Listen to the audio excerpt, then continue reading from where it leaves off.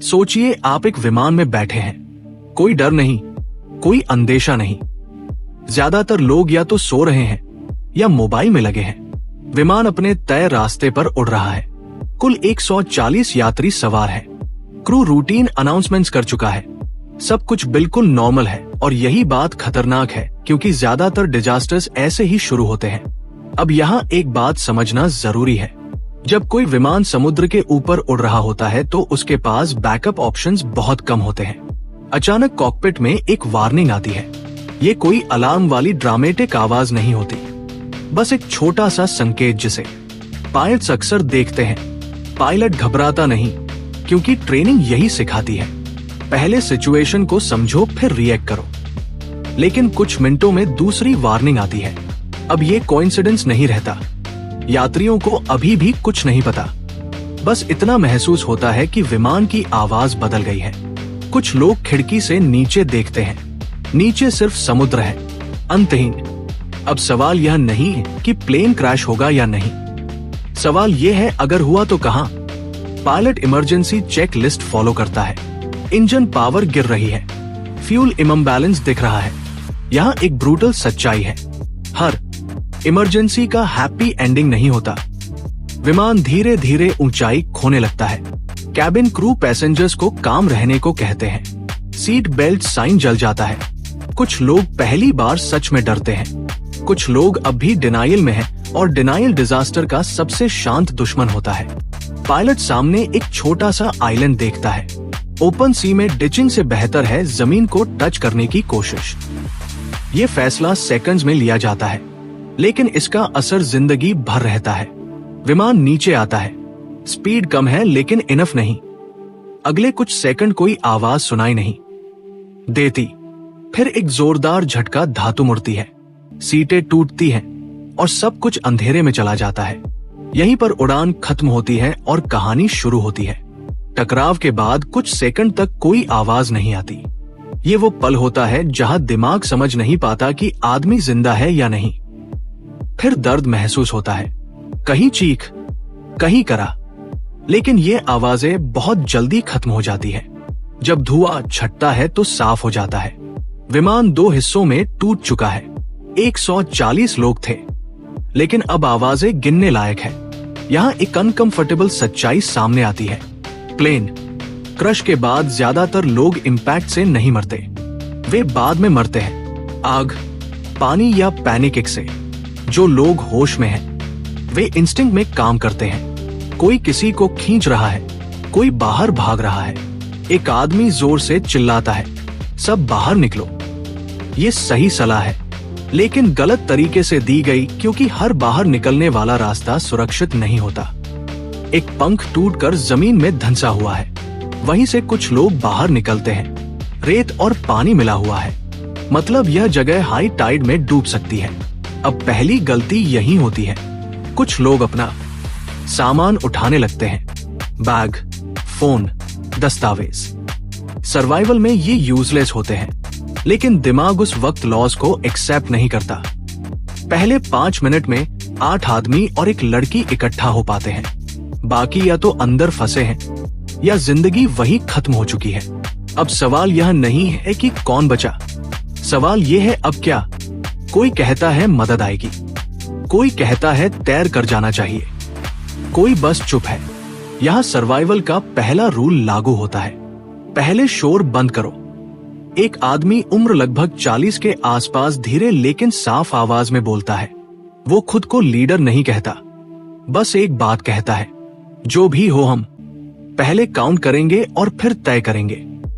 ये छोटी सी बात है, लेकिन पैनिक में यही फर्क पैदा करती है। संगीत, वे गिनती करते हैं, नो, कोई खुशी नहीं, कोई राहत नहीं, बस सच्चाई। लड़की के हाथ में गहरी चोट है, खून बह रहा है, मेडिकल किट नहीं है। यहाँ दूसरा कठिन फैसला आता है। कपड़े फाड़े जाते हैं, प्रेशर लगाया जाता है। परफेक्ट इलाज नहीं, लेकिन डिले से बेहतर। अब पहला घंटा खत्म होने लगता है। धूप तेज, संगीत, पानी की जरूरत महसूस होने लगी है। लेकिन यहाँ एक डेंजरस थॉट आता है कि थोड़ा सा समुद्र का पानी पी ले। ये थॉट लगभग हर सर्वाइवर के दिमाग में आता है और यही थॉट अगले 24 घंटों में ज्यादातर मौतों की वजह बनता है। वो आदमी साफ कहता है नहीं, कोई बहस करता है, कोई मान जाता है। यही तय हो जाता है कि कौन बचेगा और कौन मुश्किल पैदा करेगा। पहला घंटा गुजर चुका है। अब डर सिर्फ बाहर नहीं है, वो लोगों के अंदर बैठ चुका है और असली लड़ाई यहीं से शुरू होती है। दिन ढलने लगता है और इसी के साथ एक नई परेशानी शुरू होती है, रात।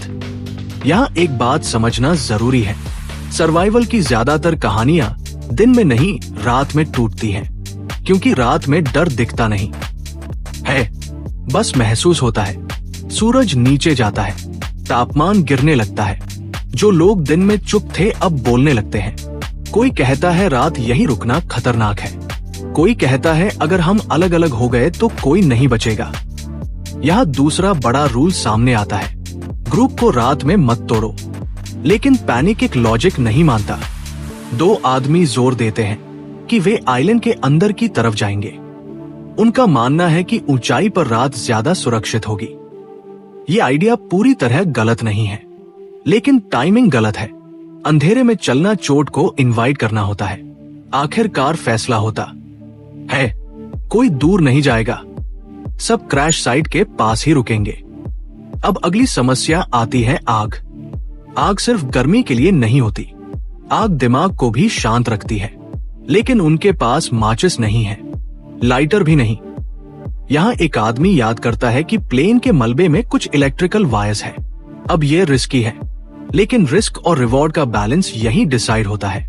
कई कोशिशों के बाद एक छोटी सी आग जलती है, पर इतनी नहीं कि सबको गर्म रख सके। रात गहरी हो जाती है, जंगल से आवाजें आती है। कोई जानवर दिखाई नहीं देता, लेकिन आवाजें काफी है। लड़की की हालत खराब होने लगती है।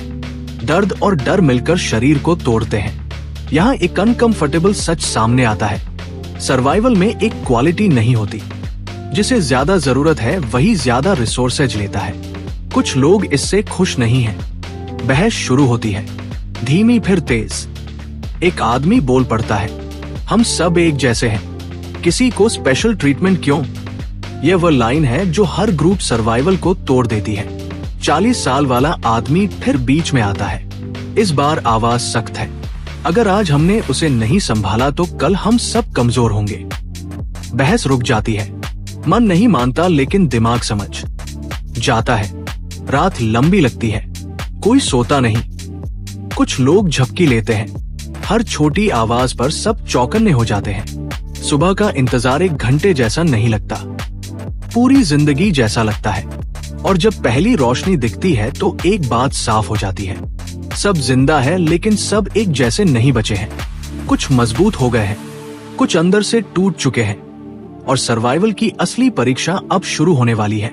सुबह की रोशनी डर को पूरी तरह खत्म नहीं करती, बस उसे साफ दिखा देती है। रात सब झेल गए थे, लेकिन अब शरीर जवाब मांगने लगता है। मुंह सूखा है, सिर भारी है। यहाँ एक बात साफ समझनी जरूरी है, इंसान भूख से दिनों तक जिंदा रह सकता है, लेकिन पानी के बिना नहीं। इसलिए पहला फैसला होता है खाना नहीं पानी। आइलैंड को ध्यान से देखा जाता है, चारों तरफ हरियाली है, लेकिन हरियाली का मतलब मीठा पानी नहीं होता। कुछ लोग तुरंत जंगल की तरफ जाना चाहते हैं, कुछ कहते हैं क्रैश साइट छोड़ना बेवकूफी होगी। यहाँ लीडरशिप की असली परीक्षा शुरू होती है। 40 साल वाला आदमी कोई स्पीच नहीं देता, वो बस सवाल पूछता है, अगर रेस्क्यू प्लेन आया और हम यहाँ नहीं हुए तो क्या होगा? कोई जवाब नहीं देता। फैसला साफ हो जाता है, 2 लोग पानी की तलाश में जाते हैं, बाकी क्रैश साइट पर रहते हैं। ये छोटा डिसीजन लगता है, लेकिन सर्वाइवल में स्मॉल डिसीजंस ही लाइफ डिसाइड करते हैं। दोपहर होते होते धूप असहनीय हो जाती है, शरीर पसीना छोड़ रहा है, लेकिन बदले में कुछ नहीं पा रहा। जंगल से लौटने वाले खाली हाथ आते हैं, कोई नदी नहीं, कोई झरना नहीं। अब फ्रस्ट्रेशन शुरू होती है। एक आदमी बोलता है, इतने पेड़ है, कहीं ना कहीं पानी होगा। यह अजम्पशन है, और अजम्पशन सर्वाइवल में सबसे खतरनाक होते हैं। लड़की की हालत अब भी ठीक नहीं है, जख्म सूख गया है, लेकिन कमजोरी बढ़ रही है। यहाँ एक और कठोर सच सामने आता है, कमजोर लोग ग्रुप को स्लो नहीं करते, वे ग्रुप को ह्यूमन बनाते हैं। लेकिन हर कोई ऐसा नहीं सोचता। एक आदमी अलग बैठने लगता है, कम बोलता है, आंखों में गुस्सा है। यह वह स्टेज है जहां ग्रुप दो हिस्सों में बंटने लगता है, खुले में नहीं, दिमाग में। शाम तक उन्हें एक छोटी राहत मिलती है, कुछ नारियल मिलते हैं, खुशी होती है, लेकिन ज्यादा नहीं, क्योंकि नारियल पानी का परमानेंट सॉल्यूशन नहीं होते। रात फिर आने वाली है। अब डर जंगल का नहीं है, डर इस बात का है कि अगर कल भी पानी नहीं मिला तो फैसले और भी खराब होंगे। आग जलाई जाती है। इस बार बेहतर सब आग के चारों तरफ बैठते हैं। बातें कम होती है। हर कोई अपने दिमाग में अलग अलग डर से लड़ रहा है। पहला दिन खत्म हो जाता है और इसी के साथ एक बात साफ हो जाती है। यह कहानी सिर्फ आइलैंड से बाहर निकलने की नहीं है, ये कहानी है एक साथ बने रहने की। दूसरे दिन की सुबह पहले दिन जैसी नहीं होती। नींद ठीक से किसी को नहीं मिली। जिसे थोड़ी बहुत झपकी आई भी वो बार बार डर कर उठता रहा। सुबह की ठंडी हवा शरीर को ताजा नहीं करती बल्कि कमजोरी का एहसास दिलाती है। सबसे पहले असर दिखता है पानी की कमी का। मुंह पूरी तरह सूख चुका है, आवाज भारी हो गई है, कुछ लोग बिना वजह चिड़चिड़े हो रहे हैं। यहाँ एक अहम बात समझनी जरूरी है। जब शरीर डिहाइड्रेट होता है तो दिमाग सही फैसले नहीं ले पाता और सर्वाइवल में गलत फैसला ही मौत की शुरुआत होता है। अब सवाल उठता है, आज क्या किया जाए? कुछ लोग कहते हैं आज और अंदर तक चलना चाहिए। कुछ कहते हैं क्रैश साइट छोड़ना खतरे से खाली नहीं है। बहस तेज नहीं होती, लेकिन खामोशी भारी होती है। आखिर तय होता है 3 लोग अंदर जाएंगे, बाकी यही रहेंगे। ये फैसला मजबूरी में लिया गया है ना कि भरोसे से। जंगल के अंदर जाना दिन में भी आसान नहीं होता। जमीन फिसलन भरी है, पेड़ों की जड़ें हर कदम पर गिराने को तैयार है। चलते चलते एक आदमी अचानक रुक जाता है। उसे लगता है उसने पानी की आवाज सुनी है। सब रुक जाते हैं, कान लगाते हैं। कुछ नहीं, ये हल्सिनेशन है। पानी की कमी दिमाग से खेल खेलना शुरू कर चुकी है। वापस लौटने का फैसला होता है। क्रैश साइट पर हालात बेहतर नहीं है। लड़की को बुखार आने लगता है। कमजोरी अब साफ दिखने लगी है। यहाँ ग्रुप के अंदर एक नई सोच जन्म लेती है। क्या सबको बचाने की कोशिश करनी चाहिए? ये सवाल कोई जोर से नहीं पूछता, लेकिन हर कोई अपने मन में यही सोच रहा है। शाम तक आसमान बदलने लगता है, बादल घिरने लगते हैं। यह राहत भी हो सकती है और मुसीबत भी। कुछ देर बाद पहली बूंद गिरती है। बारिश पहले हल्की फिर तेज, कोई खुशी से चिल्लाता नहीं है, लेकिन सब तुरंत हरकत में आ जाते हैं। जो भी बर्तन, प्लास्टिक, टूटी सीटें हैं, सब पानी जमा करने के लिए लगा दिए जाते हैं। ये परफेक्ट पानी नहीं है, लेकिन जिंदगी के लिए काफी है। सब थोड़ी थोड़ी मात्रा में पानी पीते हैं। कोई पेट भरकर नहीं पीता। ये डिसिप्लिन उन्हें बचाएगा। रात दूसरी बार आती है। इस बार डर कम है, लेकिन थकान ज्यादा है। अब सबको ये समझ आ चुका है ये लड़ाई एक दिन की नहीं है, और अगर वे अपने दिमाग को साथ नहीं रखेंगे तो शरीर अकेले कुछ नहीं कर पाएगा। दूसरा दिन खत्म होता है और पहली बार उन्हें लगता है शायद वे कुछ दिन और जिंदा रह सकते हैं। तीसरे दिन की सुबह पहले से अलग लगती है। संगीत। शरीर अब पूरी तरह कमजोर हो गया है। मसल्स दर्द कर रहे हैं, पांव फिसल रहे हैं, आंखों के नीचे गहरे काले घेरे हैं। सबसे पहले असर दिखता है डिसीजन मेकिंग पर। भूख, पानी की कमी और नींद की कमी दिमाग को धीमा कर देती है, और इस स्लोइंग डाउन का मतलब है गलत फैसले अब आसान हो जाते हैं। सूरज की रोशनी अभी तेज नहीं है, लेकिन शरीर इसे महसूस करता है। अब ग्रुप में एक नया डिस्कशन शुरू होता है। आज क्या किया जाए? कुछ लोग कहते हैं अंदर जाकर ज्यादा पानी और खाना खोजे। कुछ कहते हैं यहीं रहना सुरक्षित है। ध्यान देने वाली बात यह बहस लाउड नहीं है, लेकिन शांत लगातार टेंशन पैदा करती है। यही ग्रुप फ्रैक्चर की शुरुआत होती है। संगीत। 40 साल वाला आदमी फिर सामने आता है। कहता है हमारे पास समय नहीं है। अगर अभी सही फैसले नहीं लिए गए तो कल और मुश्किल होगी। हर कोई इस बात को जानता है, लेकिन शरीर स्लो हो गया है। हर कदम सोच समझकर नहीं उठाया जाता। जंगल की तरफ जाने वाले 3 लोग तैयार होते हैं, बाकी क्रैश साइट पर रहते हैं। यहाँ सर्वाइवल की सबसे बड़ी लेसन दिखाई देती है। शॉर्ट टर्म एक्शन पर लॉन्ग टर्म प्लानिंग। 3 लोग धीरे धीरे अंदर बढ़ते हैं, हर कदम पर अलर्ट रहते हैं। पेड़ों की जड़ें फिसलन पैदा करती हैं। मछली, कीड़े और छोटे जानवर दिखते हैं, लेकिन ये सब माइनर डिस्ट्रैक्शन है। असल खतरा डिसीजन एरर है। धीरे धीरे उन्हें छोटे झरने और नारियल मिलते हैं। ये वाटर सोर्स नहीं है, लेकिन हाइड्रेशन का थोड़ी राहत देता है। समूह की बाकी मेंबर्स आग के पास रहते हैं।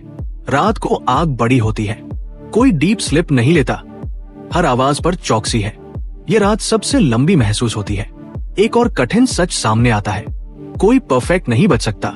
जो भी डिसीजन गलत हुआ वो कॉन्सिक्वेंसेस देगा, लेकिन सही छोटे छोटे निर्णय सबको बचा सकते हैं। तीसरे दिन का अंत दिखाता है। शरीर थका हुआ है, दिमाग स्लो है, लेकिन ग्रुप कोऑर्डिनेशन बेहतर हो रहा है।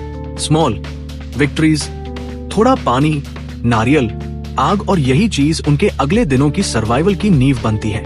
चौथा दिन शुरू होता है। सभी का शरीर अब पूरी तरह थका हुआ है, पसीना सूख गया है, मसल्स दर्द कर रहे हैं, लेकिन दिमाग अभी भी काम कर रहा है, क्योंकि सर्वाइवल में सबसे बड़ा हथियार सही सोच है। रात में आग के पास बिताया समय थोड़ी राहत देता है, लेकिन कोई भी डीप स्लिप नहीं ले रहा। हर छोटी आवाज पर सब अलर्ट है। अब ग्रुप का कोऑर्डिनेशन बेहतर होता है। जो पहले अलग सोच रहे थे, अब एक दूसरे के डिसीजंस का रिस्पेक्ट करते हैं। 3, लोग जंगल में पानी और खाने की खोज में जाते हैं। नारियल, छोटे फल, बारिश का जमा पानी, ये सब उनकी छोटी विक्ट्रीज हैं, लेकिन फुल सर्वाइवल नहीं है।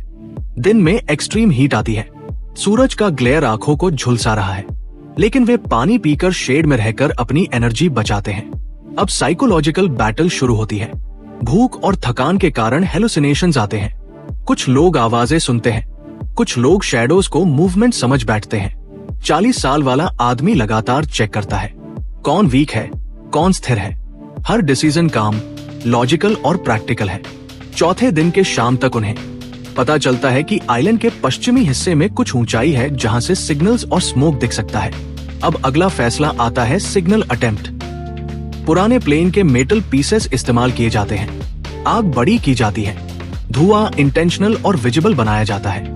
रात होते होते बारिश शुरू होती है, आग बुझ जाती है, लेकिन सिग्नल एरिया ठीक से काम करता है। अब लोग मेंटली प्रिपेयर्ड होते हैं कि किसी भी समय रेस्क्यू आ सकता है। आखिरी 3 दिन लगातार यही रूटीन है। दिन में छोटे एक्सप्लोरेशंस, शाम को सिग्नल अटेम्प्ट, रात में आग और वॉच, पानी और खाना राशन। इस बीच शरीर कमजोर होता है। लड़की अब थोड़ा स्टेबलाइज होती है, लेकिन कई लोग छोटी इंजरीज और एग्जॉशन से जूझ रहे हैं। और तभी 5वें दिन की सुबह समुद्र में होराइजन पर एक कार्गो शिप दिखाई देती है। सबके दिल धड़कने लगते हैं। पहले तो डिसबिलीफ, फिर होप। आखिरकार कुछ प्रैक्टिकल स्टेप्स उठाए जाते हैं। आग तेज की जाती है, धुआं अधिक विजिबल बनाया जाता है। समूह में कोऑर्डिनेशन है, कौन सिग्नल देगा, कौन देखेगा। शिप करीब आता है, रेस्क्यू टीम उन्हें देख लेती है। नाव लाया जाता है, संगीत। 9 सर्वाइवर्स धीरे धीरे सुरक्षित नाव तक पहुंचते हैं। लड़की, 8 आदमी, सब एग्जॉस्टेड लेकिन जिंदा। इन्वेस्टिगेशन में पता चलता है कि गलत डिसीजन या पैनिक एक फैटल हो सकते थे। छोटे काम, लॉजिकल एक्शंस लाइफ बचा सकते थे। आइलैंड का साइज, रिसोर्सेज और ग्रुप कोऑर्डिनेशन सर्वाइवल का सबसे बड़ा फैक्टर थे। और मोरल साफ है, सर्वाइवल ताकत से नहीं बल्कि सोच, प्लानिंग और डिसिप्लिन से होता है। पैनिक, अजम्पशंस और ईगो इंसान को अंत तक मार सकते हैं।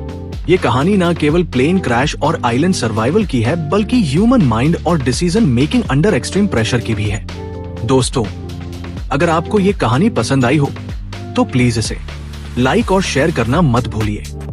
और हाँ, हमारे चैनल को सब्सक्राइब जरूर करें ताकि आप अगली रोमांचक और दिलचस्प कहानी सबसे पहले देख सकें। आपकी सपोर्ट हमारे लिए बहुत मायने रखती है।